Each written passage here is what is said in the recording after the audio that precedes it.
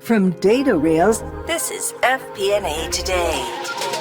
Hello, everyone. Welcome to a brand new FP&A podcast. I am your host, Paul Barnhurst, aka the FP&A Guy, and you are listening to FP&A Today. FP&A Today is brought to you by DataRails, financial planning and analysis platform for Excel users. Every week, we will welcome a leader from the world of financial planning and analysis and discuss some of the biggest stories and challenges in the world of FP&A. We will provide you with actionable advice about financial planning and analysis today. This is going to be your go-to resource for everything FP&A. Today I have with me Ken Fick, and I'd just like to tell you a little bit about him before I give him a chance to introduce himself. So Ken and I met, virtually about 6 years ago. I was looking for a job, and I'd reached out to Ken. I said, "Hey, Ken, can I get some career advice?" I think I offered him a Starbucks gift card. And he responded back and said, "No, I don't want your gift card, but will you write an article for me?" And my first thought was, I'm a terrible writer. This guy doesn't know what he's asking for. And so I said, "Sure, I'll write you an article." And he published it on his website. I think it was Pierce the Fog at that time. Yes. And so I wrote one on BI, and then he's like, "Hey, would you write some more?" And I'm like, wow, this guy, I don't know what he's thinking, but sure, I'll write a couple more. And wrote a couple and actually started to enjoy it. And it kind of built from there. And so often I tell people is Ken helped me on my path toward where I am today and got me involved in posting and writing about FP&A. So I'm thrilled to have him on the show today, and I'm grateful for what he's helped me start. So Ken, thanks for being on the show. Welcome. Well, thanks, Paul, and thank you for writing those articles and even attributing a tiny part of your great success to me is a real honor. So I appreciate it. Oh, you're welcome. Well, maybe could you start by just taking us a little bit telling us a little bit about your background, maybe a little bit about your career, and how did you end up where you're at today? Sure. I think in a person's life and in their career, it's more of a random walk. At least the most interesting people I know, it's never a straight line. It's more of a random walk. And my career, my life is really is an example of that. So out of undergrad, I had an accounting degree and ended up, my father was in FP&A for 40-some years at Fisher Price in Buffalo, New York. And, he really, because he regretted not getting a CPA. So I actually went and sat for the exam, became a CPA, but I actually have never worked in public accounting, nor would I ever want to sign a financial statement. I don't think I am the guy that you want doing that. But ended up working for a couple of Fortune 500 companies down in Richmond, Virginia, for Circuit City, which was profitable in the late 90s, just so you know. Did go bankrupt then. And then Capital One. And then went to get my MBA at the College of William & Mary. And then from there, I guess I really started my career. I went into a company called FTI Consulting, and they do forensic litigation and corporate structuring work. And I did that for about 7 years, as a director. And then I went and did a bunch of just really fun things, I guess, different things. So I did a short stint in Fannie Mae in the economics department, just as a contractor, but I worked there working with some of the best minds during the time in 2010, basically, when Fannie Mae owned a majority of the houses due to the financial crisis, and worked with them for a variety of things. I've been a CFO, a head of FP&A for a large company, ran a mortgage compliance consulting firm for a bit of time, and then eventually led me to several FP&A roles. And right now, I'm the VP of FP&A at Citrin Cooperman, which is a $350 million accounting, tax, and advisory firm based in New York City. I am very happy. I just started that earlier this year. The people are great. The company's great. And I'm really excited. Well, good. Well, thanks for sharing. It sounds like, quite the adventure and different experiences throughout your path. And I like how you say it's often a kind of a random walk, as we say. Very few people have this structured ladder and they just climb it. So I think you can definitely see that. So I remember you mentioning you started your career at Circuit City back when they were profitable, when they were still making money. And if I remember right, you started in a rotational program where you had several different roles. Can you maybe talk a little bit about that experience? What were some of the benefits of seeing the different areas of finance early in your career? Yeah, I highly encourage anybody in their undergrad getting into some type of rotational program at a company, because it exposes you to different departments and different things, and you don't necessarily know what you want to fully do. At least I didn't. when I came out of undergrad, right? I mean, a lot of people get degrees and we're getting better at it. But when you're in your 20s, you have a general idea, but people change many times these days, and that's perfectly fine. So my first rotation was an internal audit at Circuit City. Then I was a supervisor in their bank. This Circuit City actually owned a credit card bank, as many retailers did back then, which is incredibly profitable. I was there for a while, and then ended up in strategic planning, which I wanted to be in anyways, and did that for a little while there too. And what's neat about that is, well, it opened my eyes. Actually, the first position, opened my eyes in regards to what management or what businesses or companies leadership need. Because here I'm like 20 something years old, and I'm an internal audit, and this is a $10 billion company. What am I going to tell? I'm just learning. What am I going to tell? What advice? Long story short is that, Tom, Dick, and Harry was running the place, and they were taking advice from a 20-something-year-old kid. And whatever it was, I'm like, holy moly. Is it, now again, they went bankrupt, so obviously that probably wasn't a good idea. But it learned to, at the time I learned a lot about how businesses run, and it's not as hierarchical or structured as you think.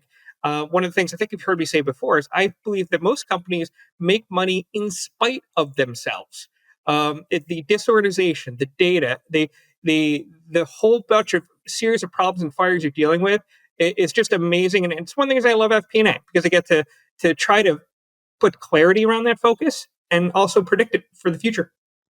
No, I love that last part you said about enjoying the fact you get to put clarity around the process, around the mess that is often there, Mm-hmm. right? We've all seen it every Right. company, and I couldn't agree more. We make money despite ourselves, and it's sometimes amazing to go, we're making how much profit? And internally we're looking at things going, it feels this dysfunctional. This can't be the case, especially when you first start your career. You start going to another company, you start realizing, oh, guess this is how corporate America works. Right. The grass isn't greener. I mean, I think, we initially get illusioned that, it's going to be different at this company or this company. It is exactly the same. And in consulting, I'm a director in strategy and transformation for a Morgan Franklin, which is a mid-sized consulting firm here. And all of my clients, we're different. We're, it's not that, we're horrible. No, you're all the same. Everyone has bad data or messed up data. There's just degrees of gray of how good or bad you are. No, that's true. I will kind of funny story to that about how messy data is. I had a friend who started at a place I worked with, and I told him, our CRM is a mess. And I've seen it all. He's coming from consulting, and it's about 3 days into the job, and he calls me. He goes, you didn't tell me it was this bad. Yep. I'm like, okay, that validates we are a mess. But I just laughed and said, no, I did. I tried to warn you what you're getting into. So, it's how it is. There's always challenges. So you run your own website. I know you used to run your own practice for a while, fpnaexperts.com. Can you share a little bit of how you got started with that, to a little bit about, the website and what you hope people would take away from it? Well, I got started in writing when I was at FTI Consulting, and actually published an article in the Journal of Accountancy. And did a lot of research, and it was really interesting, fascinating to me. And so I continued writing for other people and other places. And I'm like, well, why don't I have some ideas? Why don't I just start writing for myself as well too? Because people are asking me questions, and a lot of times it's just easier for me to say, hey, here, go to this website. You want to look at this article of this thing that I wrote, in order to learn more and to explain things. So I've ended up writing about 30 different blog posts there. I haven't really focused on it in the past couple of years, but I did it because when I was independent, I was an independent consultant too, for a period of time. And, that was going to be a focus of working on it. I just ended up getting so busy. And unfortunately, in consulting, is feast or famine. And, I was so busy, I didn't have time to build it. But it gave me a platform where I don't have to be censored by anybody else, by any editor or whatever. And it's not that there's anything controversial in it, but there was one article I wrote explaining FP&A to a person at a cocktail party. And it's just, it's a simple thing, but actually that is still probably my most popular piece on the website. And it's fascinating how just simple it was. No, I actually remember reading that piece. I think that's one of the first things I read when I went to your website. I'll be interested to see how he describes it. So maybe talk to a little bit about that. How would you describe FP&A to somebody at a cocktail party? Well, most people aren't finance people. I mean, that's just they're lawyers, doc, whatever. So you say, "Oh, I'm in financial planning and analysis, and, at X, Y, and Z company." I'm like, "Oh, okay. I have an investment guy that does all my stuff." Like, yeah, I don't really do anything with stocks. I focus on a company. Oh, okay. So you kind of you're the guy that closes the books and cuts costs. No, not really. No, I'm not that guy either. It's a series of really discovering of what FP&A is. And FP&A, I believe, in any company, it's both reporting and analysis. So it's answering questions for leadership that they may not have thought of to begin with, and providing insight into their business that they may not have on a regular basis. So one of the things I'm doing right now for the company that I joined, they were just purchased. Citrin Cooperman was purchased by a private equity firm called New Mountain Capital, and the business was run completely on a cash basis, which is still a little shocking to me. Wait, But up until 350 million on a cash basis? Yep. And it's amazed me how many, I didn't know this, but as we're acquiring different accounting practices, and a lot of them work on a cash basis. I was shocked. Yeah. So, yeah. So we're doing accrual-based accounting now. I mean, we are accountants, so that should be straightforward. And there's things that on a cash basis that you focus on, cash in the door, receivables on that, and on accrual base with revenue and expenses. Cash is important. You have a cash flow statement, of course, but it's a different. The revenue is different from cash to obviously accrual, and what drives those numbers is slightly different. And we're working through both reporting to our private equity owners, but also in leadership, and saying these are the metrics that drive EBITDA, and this is what we need to focus on to drive profitability. Yeah, no, that's fascinating. Wouldn't think of a company, quite that big. You definitely see companies, I worked on a project with one of the companies that, but it was small size where they're still on a cash basis, or obviously running your own business, right? You run it on a cash basis till you hit a certain size. It's just too much. Mm-hmm. It's not worth the effort. I agree. But that size, that's surprising. Interesting. You know what it is like.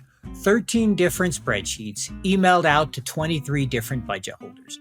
Multiple iterations, version control, errors, back and forth updates. You never really feel in control of the consolidation and collection process. Yep, I've been there. Stop, breathe. DataRails is the financial planning and analysis platform for Excel users. DataRails takes data from all your company's disparate sources. No organization is too complex, consolidating everything into one place, secured in the cloud. Now all your data finally talking to each other. Everything is automated back into your report in Excel. Cash flow, FX conversion, intercompany transactions, now automated and up to date. Drill down and variance analysis in seconds. Don't replace Excel, embrace Excel. Turn your Excel into a lean, mean FP&A machine. Find out more at www.datarails.com.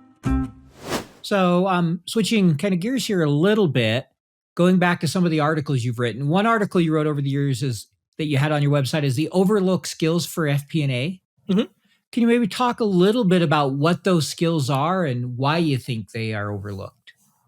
I think a lot of times, especially people younger in their career, focus on the technical. And I agree that you get a job because of the technical, and that's important. But as you continue on, even at a very early stage in your career, the focus needs to shift to more communication and the story.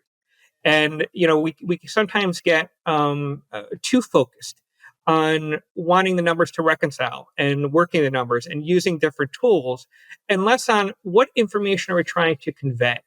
So, for example, right now, our reporting package for Citrin Cooperman that I'm working on, it's a great reporting package, but it's very data intensive and not a ton of insight. So as a private equity owner, a lot of things that they're looking for that I've learned through the years is, okay, I understand that things could be good or bad. I mean, nothing's bad, but the numbers could show a trend. It's not that they're worried about that trend. They just want to know that you know about it and that management has a plan to deal with it. And that requires storytelling. And that requires, putting together, we don't like PowerPoint, but you have to get good at PowerPoint. You have to understand, and because or at least presentation requires you to think about how your data and your information can turn into actions via insight. And then on top of that, you most typically in most FP&A organizations, you do not have power. Your power is purely influential. So you can't say cut this cost or grow this or do that. You have to inform the leadership, and they're the ones that take action. So it's influence. And I think there's a couple of skills, storytelling and learning to influence others that I typically, at least earlier on, are overlooked, but I think become very critical very quickly. No, thank you. I appreciate that. And I agree with you that early in the career, they're often overlooked, right? As I've once heard it said, and it's always kind of stuck with me, technical skills will get you your first job.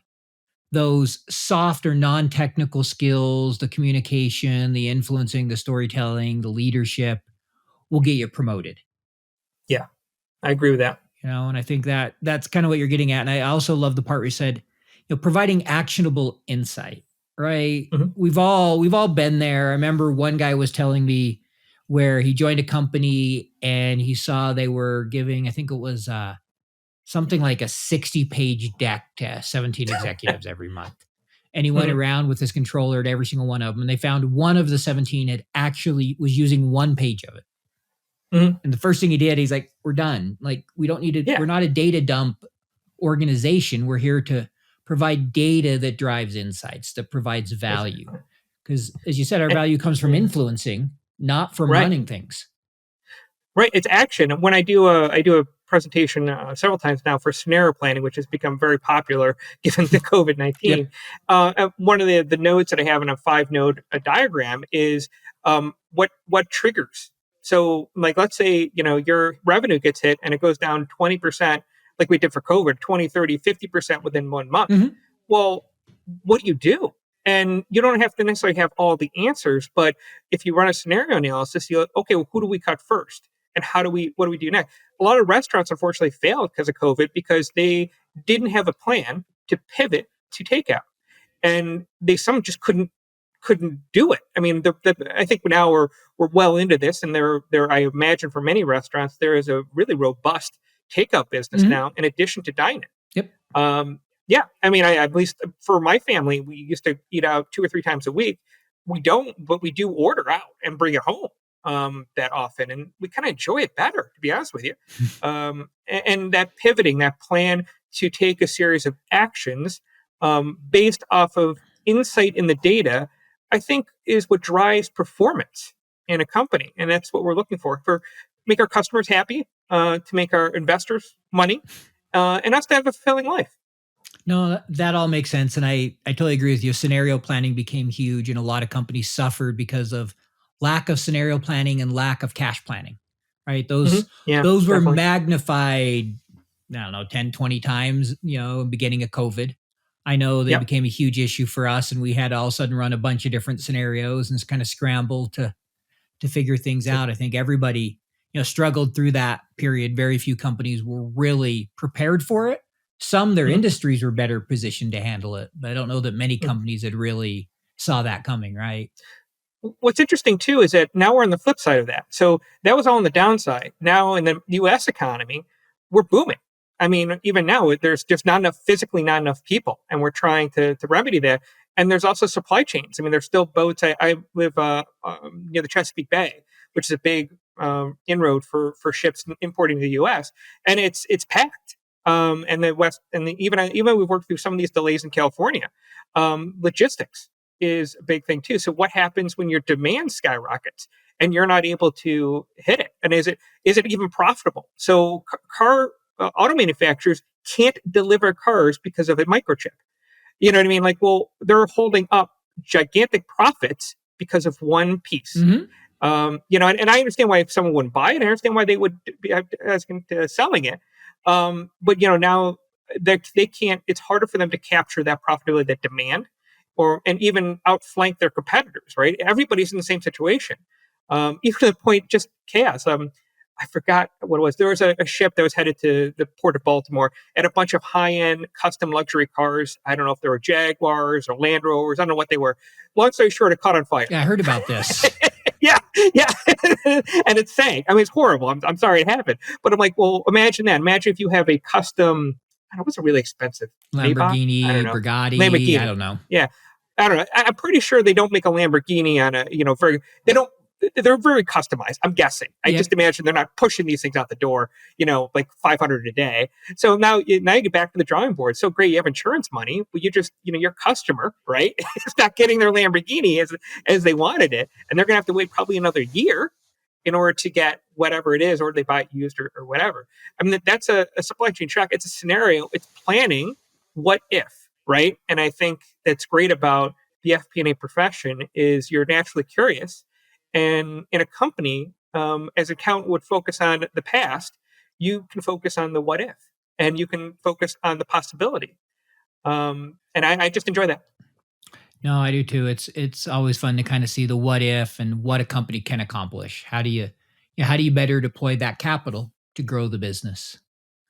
And that's one thing we need to be aware of as an FP&A. We're providing forecasts and running scenarios, but we are not providing predictions.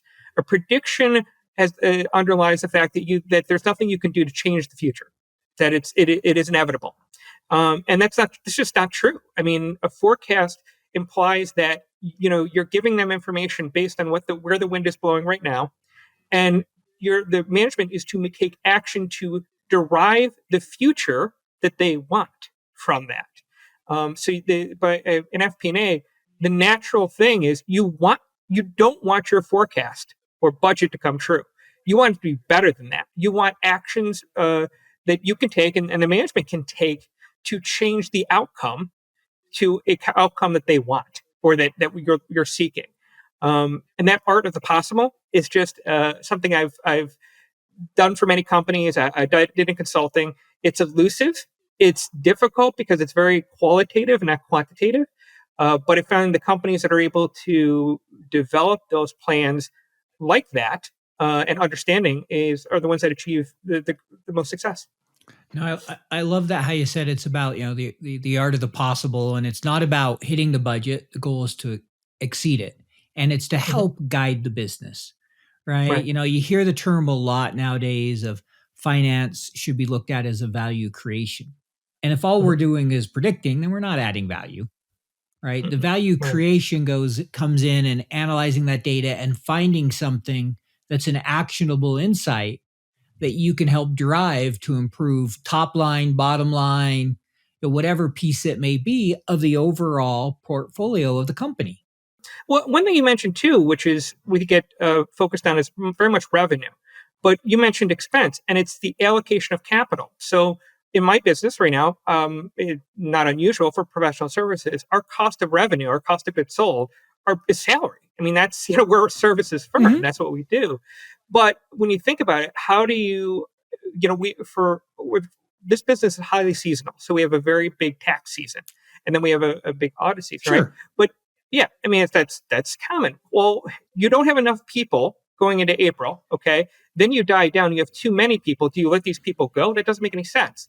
You know what I mean? You need them for later on, but it's the matching of the expense with the revenue, matching of the capital outlay to the revenue earned. It's a difficult game, and there's trade-offs. And that provides a great deal of profitability, efficiency, and growth for a company, and especially in a booming market. No, that makes sense, and I can see that. And I talk about matching it. I can see in a very seasonal business like that, where you have those peaks and valleys, how important that is to match it and to make sure you staff appropriately and you figure out how to keep the staff because you can't lose them all. You can't be like, all right, No. we'll have you for these 3 months, and then hey, come back in 3 months, right? Doesn't work that way. And you have to have them motivated. So what do they do for the 3 or 4 months that there's downtime, or do they cross between tax and audit and consulting? Some of them can, some of them can't. And then also you don't want to burning out. I mean, one thing that we're dealing with, which is interesting, is burnout. I mean, these people are doing loads of hours, are required to work weekends to get the tax returns out and so on. Okay, now you breathe It's a couple weeks after tax season here. And like, okay, well, if they reevaluate themselves, like, do I want to do this again? Maybe I'll just leave and I want to be in public accounting anymore. And you need to keep them motivated, interested, and effective in the slower periods because, the demand is going to be coming up later on, right? And they don't it's a very qualitative thing. It's a very career thing. It's a very personal thing. And that's one reason with COVID, I'm really happy that we've become as a country more flexible and to work remotely. And I love the idea that it doesn't matter. Like my company is based in New York City. My office technically is New York City and Rockefeller Center. I live in Annapolis, Maryland. I didn't even see them I have yet to see my boss in person. See on video calls. Mm-hmm. And I woke up to New York City, but they don't care if I'm in New York City or not. And I think that is something that as an FP&A professional is great, but it changed the game in regards to matching the resource or the expense with that revenue of where it needed to be. And the efficiency and the effectiveness is just the same, if not better. Because I don't know about you, Paul, but if I don't turn off my computer, so all right, I'll go eat dinner. Oh, I'll just do an email and I'll come back. It's like 2 hours later. It's like 10 o'clock. And like, I never turn off my computer, right? It's always on. So it's only a quick thing. Well, when I go into office, I literally shut down my computer, right? I don't know about you, but that's what I do and put in my backpack and head out in the car or whatever. I just don't want to boot it back up again, when I get home. So I definitely work more now than I did previously. No, I think a lot of people do, right? One, they're not commuting when Mm-hmm. you're working from home. And two, like you said, it's easier to just, you hear the email or you go check your computer real quick and then you find yourself working for a while before you know it. Yeah. So I think there's a lot of truth to that. You also get some flexibility that you didn't have before. I'm going to run out and do this errand. I'm going to run out and do that. Which is great. Yeah, exactly. And it allows everybody to kind of have that flexibility they need with these hybrid and remote and these changes we're seeing. So I know you're fairly new at your company, but I'm curious, where you're at today. How do you guys think about performing your budget and your forecast? What's kind of your process for budgeting and forecasting? Are you doing rolling forecast, beyond budgeting? What's kind of the way you guys think about it? Yeah, I'm actually developing a plan for a budget for this year, which will probably kick off in about August, September timeframe. I want to actually talk a little bit about my previous employer, Berkeley Research Group, and it's a great company, but it was fascinating on the fact that they didn't need an FP&A person. And I was hired into it. So went through a whole budgeting process, and the CEO is a great guy. He comes in, that's great, but this is my model, and this is what we're doing. I'm like, okay, well, why did you even ask? So actually, I spent 3 months, building a model and talking to people. And at the end of the day, it was his model, and we just set targets. And I'm like, that's again, there's nothing good or bad about that. It's just that, intrinsically, obviously, there's less buy-in and so on. So they didn't have a budgeting process. They didn't have anything else like that. Most typically, that's not how companies should work or do work.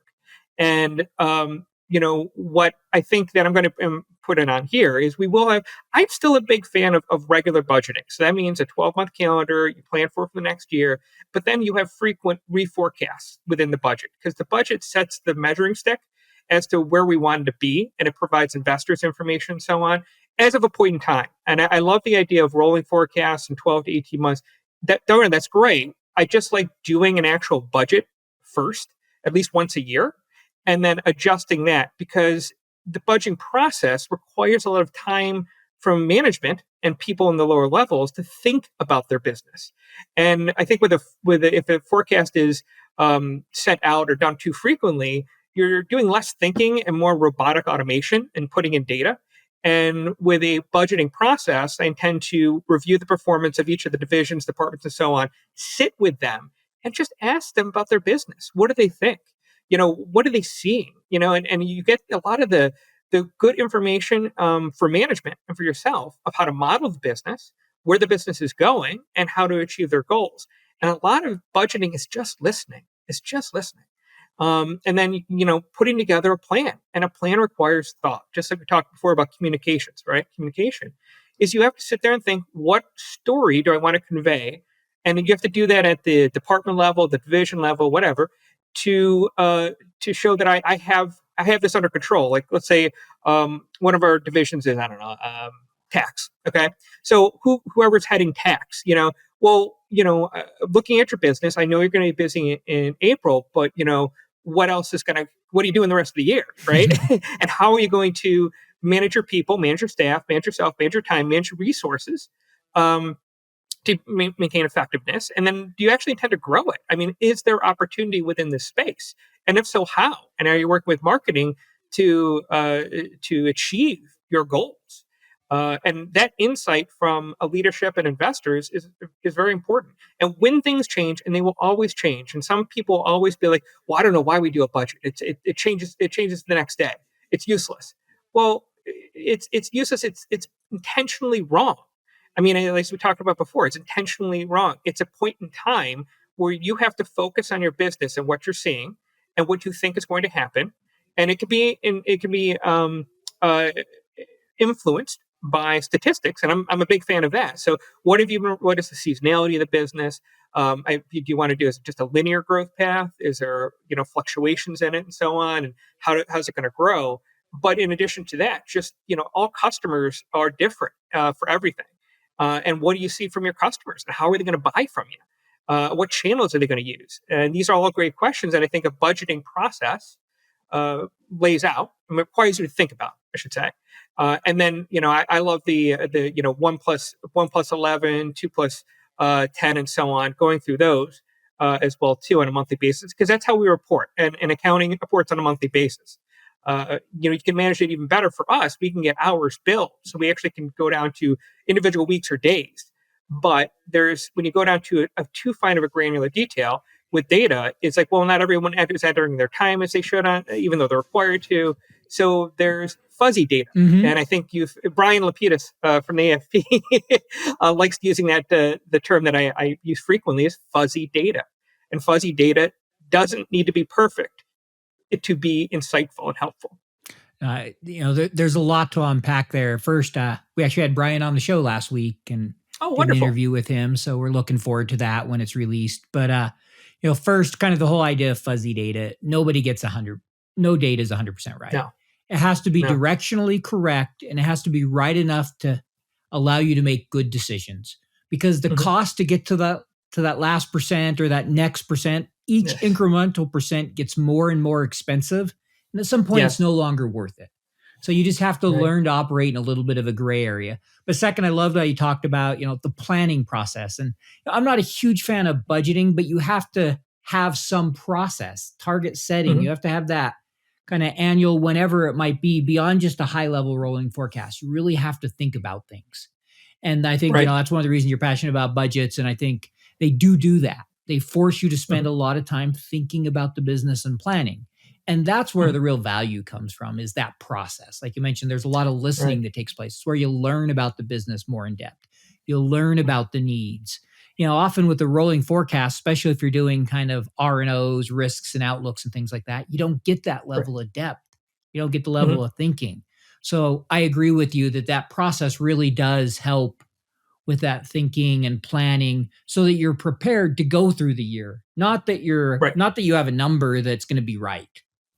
Right. Because, exactly. if I could predict what companies were going to do at 100%, I'd be at the stock market right now. I wouldn't be working as a planner. I wouldn't be doing the career I'm doing. And I think I've told you before, I'm horrible at it. Just in finance, you're frequently given or have privileged information on finance. I've never done this, but if sometimes I jot on a Post-it note, God, I should buy now. Or, you know what I mean? Or sell now. Every time when I've done that, I've been disastrously wrong. We're going to have a blowout, revenue numbers, and then we're going to report to the street, and we missed it by a penny, or I don't know what and it tanks, and I would have lost money. Predicting the stock market or anything like that is challenging, to say the least. Yeah, exactly. It's about planning. It's a process and a discipline. It's not about being right. Well, it's also about aligning too. So one thing I find with budgeting is aligning the operating plan with a strategic plan. And they're not always most companies have like a 5-year plan or whatever. Well, wait a minute. It has to actually, how are you going to achieve that? And you have to make sure those targets are in place and that you're telling your people. Some of the worst budgeting process that I've been through with companies is where they actually they don't tell the team, they don't say, well, just give us about the best you can do, which is the worst thing to say. And that means, it's all, horse trading. And then lo and behold, the business produces a number to the board. It's Y. Well, we were thinking it's going to be Z. Why the hell did you say that? Okay, so that's fine. Then you have to go back again and oh, these are the targets we need to at least achieve. And then it just delays everything, right? I mean, and the best is when you can align that to a larger plan, to what the business is trying to achieve.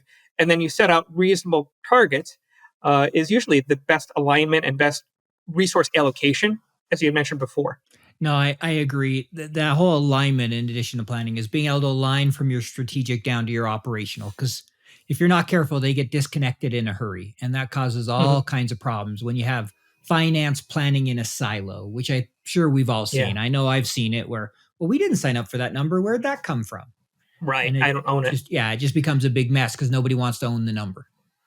Right. And, I want to just talk a little bit more about fuzzy data as well, too, and ownership of the data. And you're always going to have some people, whenever you do a presentation, say, well, that's not the number I saw, or that's not the number is. I'm like, okay, well, whatever it is, whatever the quote unquote right number is, what are we trying to achieve? And a lot of times I see people with fuzzy data. At Circuit City, we had counters. People, counted the number of people coming in a store and left the store, and they were horribly bad. I mean, because someone put a box in front of it or whatever, and you have 700 people go in and 2 people leave, which is clearly wrong. You know what I mean? I mean, on things like that. But not all of it was bad. A lot of it was really good information, and it helped to explain and manage the business. But you had to call through the data.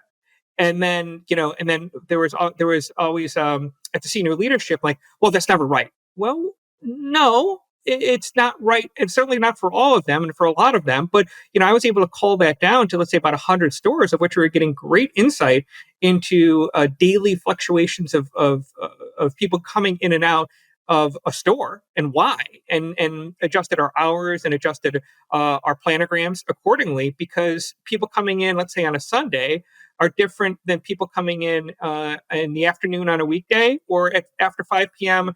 Later in the week, and they're looking for different things generally. And that was extremely insightful. So don't throw the baby out with the bath oil, with I think it's not bath oil, bath water, dirty water. Thank you. I hadn't heard that. I'm going to have to remember that one, the bath oil. I'll try to find a way to use that. Yeah, that wasn't even close to right. Sorry. Totally fine. But, that's a great point about, so often they're like, well, the data's bad. It's like, well, there are problems with the data. That doesn't mean the data's bad. You don't just throw it all away. Like you said, you can often cull good information out of imperfect data, because it's never going to be perfect. You can still get good insights. If you wait for perfect data, you'll never make a decision. Well, and that's why when I was working on a accounting to FP&A guide for the Association AFP, Association of Financial Professionals with Brian.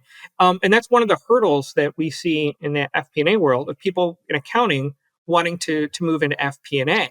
And, FP&A, we generally don't reconcile. I mean, we do reconcile things, but one thing about accounting, it's nice. We're very structured. There's debits and credits. You know what I mean? And when it's done or not done. There's accruals. There's stuff in there as well too.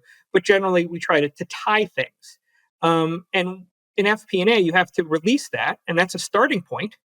But the future doesn't tie to the past. It may rhyme.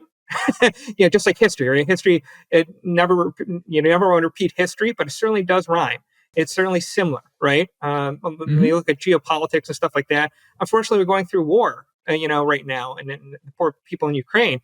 It's like, well, yeah. I mean, it sounds very similar to things we've already seen before in other wars, and it's unfortunate, but it rhymes. Yeah, no, I appreciate that. So, a couple more questions here. I know we've been going for about 40 minutes, but just have a little more time here with you. What would you say is one of the achievements in your career that you're most proud of? Maybe something you would give in a job interview. Oh gosh. What am I most proud of? I guess I'd say, as an actual achievement. Give me 1 second here. What did I achieve?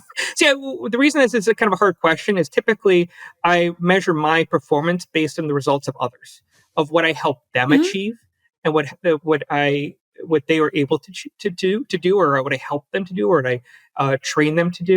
You could Um, even, if it may be something you're proud of that you helped somebody, you helped the team achieve, not even necessarily yeah, yourself, because that's right. often very rewarding in itself.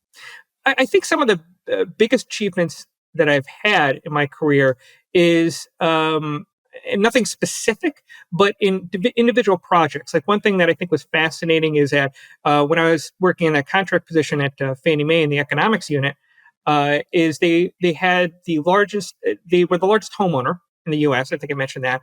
And how do you dribble out houses? Let's say in Detroit, when house prices are dependent on what was already sold. So if you put a whole bunch of houses on the market in Detroit at the exact same time, you're going to tank prices. Mhm. It just there's too much supply Yep. and demand. So how do you? What is the? But Fannie Mae still needed to get rid of these houses. Sure. I mean, and so how do you? What is the right number to put what houses in what markets in what areas on the market at the right time to not downwardly impact price, Mhm. right? And how long is that going to take? Um, and at the time, you were using things that were fascinating, like Google Trend, and that's now it's common. But we were looking at searches on Google and on the different geographic areas, and that was informing the data, the economists, in regards to what to do. And did I specifically do anything or achieve anything? No, that was definitely all of them, but I was a part of that, and I found it fascinating. I found it helpful. It was insightful, and in a way, I guess I was minorly influenced the financial well-being of a lot of people by not by helping them work through that problem and not do something that is would be inherently overreaction again, selling all the houses at once, and making an informed choice. And that's one reason I think when I look at bad management of any company, one of the things that I look for is universal cuts. So let's say revenue is down. Well, every department, everyone has to cut their headcount of the cost by 10%. The peanut butter spread. That person is clearly a moron. I mean, I'm sorry, but if that is coming from the CEO of a company, you need to move because that is never the right answer.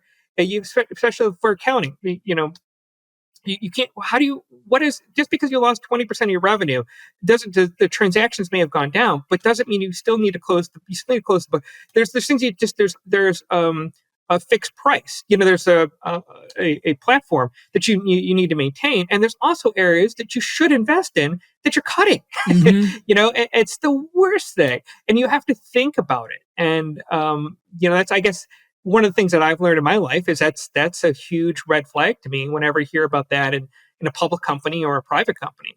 In any type of planning and anything else like that, that's usually the worst decision.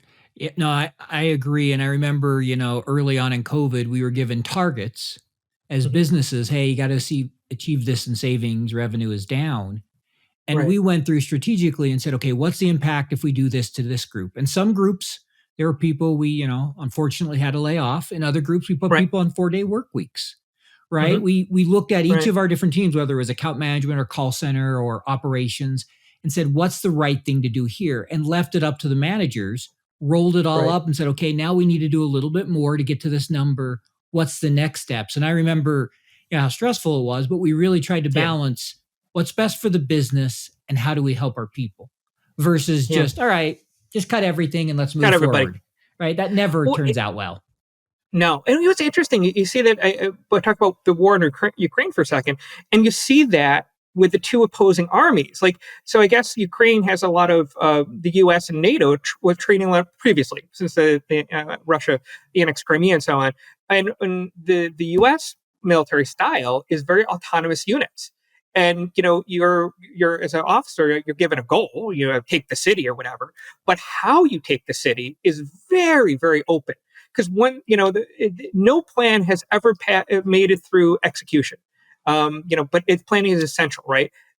So you get there, and just like finances an analogy of war there, right? You land in the middle of Ukraine in a forest or whatever. Whatever plan you had is wrong. you have an objective and you have a general idea of where you need to go, but that officer and those people, those men that are fighting this, need to be extremely flexible in achieving that. And you can't have a general sitting there yelling at you. It doesn't work. You're not. It works. I mean, you see it does it, but it's not effective. And there's a lot to say about that in a company. And that's really great that your company that you worked for, when you went through that, did that, because it's a very thoughtful way to do it. Yeah, no, I was appreciative for that, as challenging as it was, that we were able to figure it out ourselves and do what was best for the business. So, Yeah. next question here. This is kind of be a little more of a personal question, but we like to ask everybody this question. What's something that not many people know about you? Something they wouldn't find online, something they'd find interesting? This is going to be funny. So I guess I was a candle and giftware expert for through high school and part of college. My parents owned a couple of franchises of a company called Wicks and Sticks, which is no longer around. But and we'd go to gift shows and so on. I helped them with buying and running the stores and so on. So it's interesting. I encourage it. Like when I look to hire people, I look for people that have done some type of service business, either a waiter, or waitress, retail, because people are difficult. And I think actually we've gotten better and worse post COVID and as a population. But it requires a great deal of finesse when you're dealing with the public, and it requires restraint. And one thing that I find with people that have gone through that, and I like that as well too, is that they're not concerned about ego. They're less concerned about ego. Like, this whole Will Smith slapping thing. Well, why did he do that? Why did he feel he was disrespected? Who cares? I get, my kids disrespect me sometimes. I mean, if you're a parent, but how you react to that is what matters. And in your career, you will be quote unquote or feel slighted, disrespected, whatever you feel, whatever it is. The one thing to note is that is your emotion. That is not somebody else's emotion. You choose to have that emotion.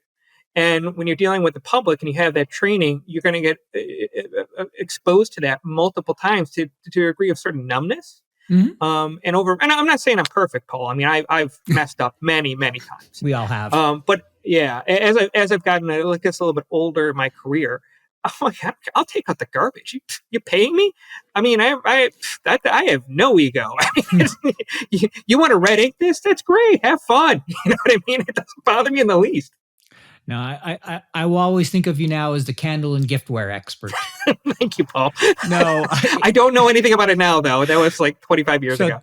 Story kind of funny. I'll tell this real quick. I know we're short on time, but so I used to do servers for a lot of wedding receptions. I did them all the time. I worked at a place that did a ton of banquets, and so I was sitting with my brother at a friend's wedding, and we were both single, and I was probably in my late 20s at this point, maybe 30, and he was in his, kind of mid to upper 20s. And we all of a sudden, he had worked at the same place for a couple of years. We found ourselves critiquing like the table settings and how everything was laid out, and just two single guys doing this. And all of a sudden I turned to him, I'm like, what's wrong with us? What have we become? That we're sitting here analyzing the table settings and the decorations. And we had both worked so many of them, it was almost, second nature. So that's what I thought of when you mentioned, the candle and giftware expert. So I didn't know that about you. That's fascinating. Yeah, probably not one many people know. And I just shared it with everybody. So there you go. Now everybody knows.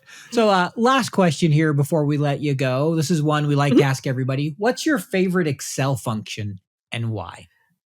Well, the most frequent one I use is the same one that everyone else uses, is VLOOKUP. But ones that my favorite are the linear regression estimates that you can in scatter plots and so on, and those equations. Because I think like now Excel has that forecast button, right? And it gives you that, which is a great, very quick analysis. But then if you dive in a little bit deeper, you could do a polynomial and a variety of other things to fit the curve. And that's I don't use it as often as I'd like, but that's my most favorite function.